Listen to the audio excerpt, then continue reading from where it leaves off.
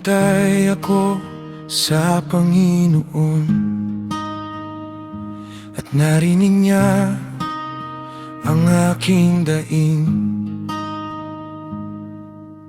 Iniyahon niya ako at naglagay siya ng bagong awit sa aking puso.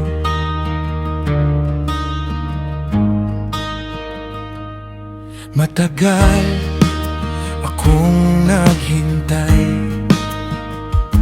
sa tulong ng Panginoon, ngunit yumuko siya sa akin at narinig ang aking panalangin.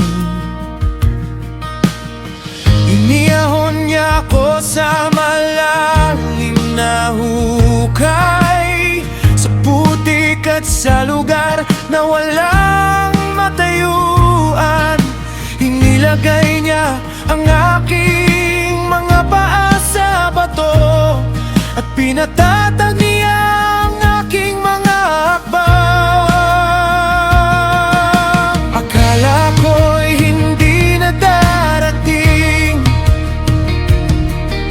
ang araw ng aking pagliligtas, ngunit sa tamang panahon,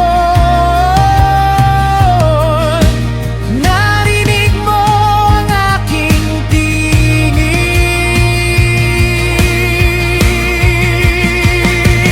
Naglagay ka ng bagong awit sa aking puso, awit ng papuri sa'yo. Ang dating luha ay naging kagalakan, at ang dating takot ay naging tiwala. Naglagay ka ng bagong awit sa aking puso, marami ang makakakita at malalaman nilang ikaw ay tapat, at sa iyo sila magtitiwala.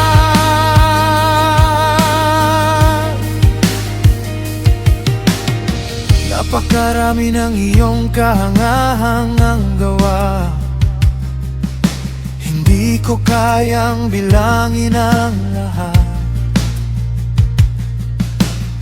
Napakarami ng iyong mabubuting plano, walang sinumang maihahambing sa iyo. Hindi lamang handog ang nais mo, hindi lamang panlabas na pagsamba. Binuksan mo ang aking mga tainga at sinabi ko, narito ako, Panginoon. Ang iyong kalooban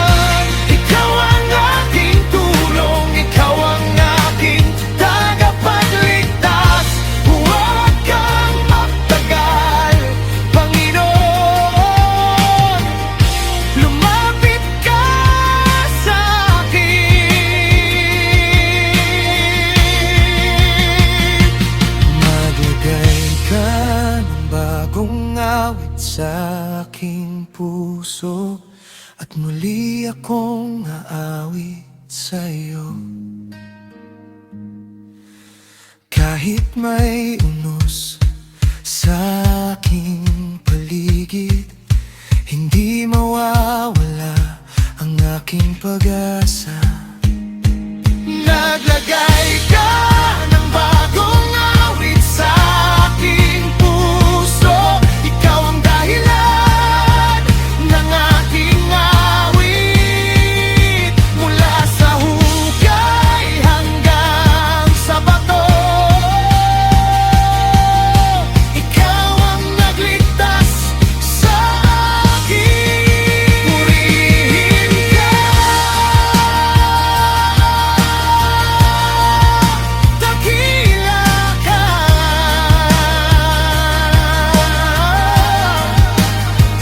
tapat ka, Panginoon.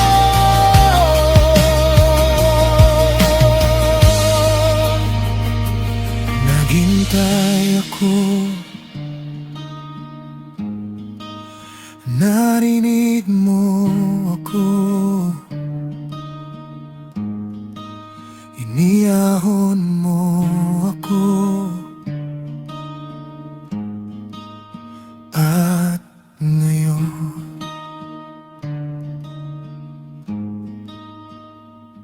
awit ako para sa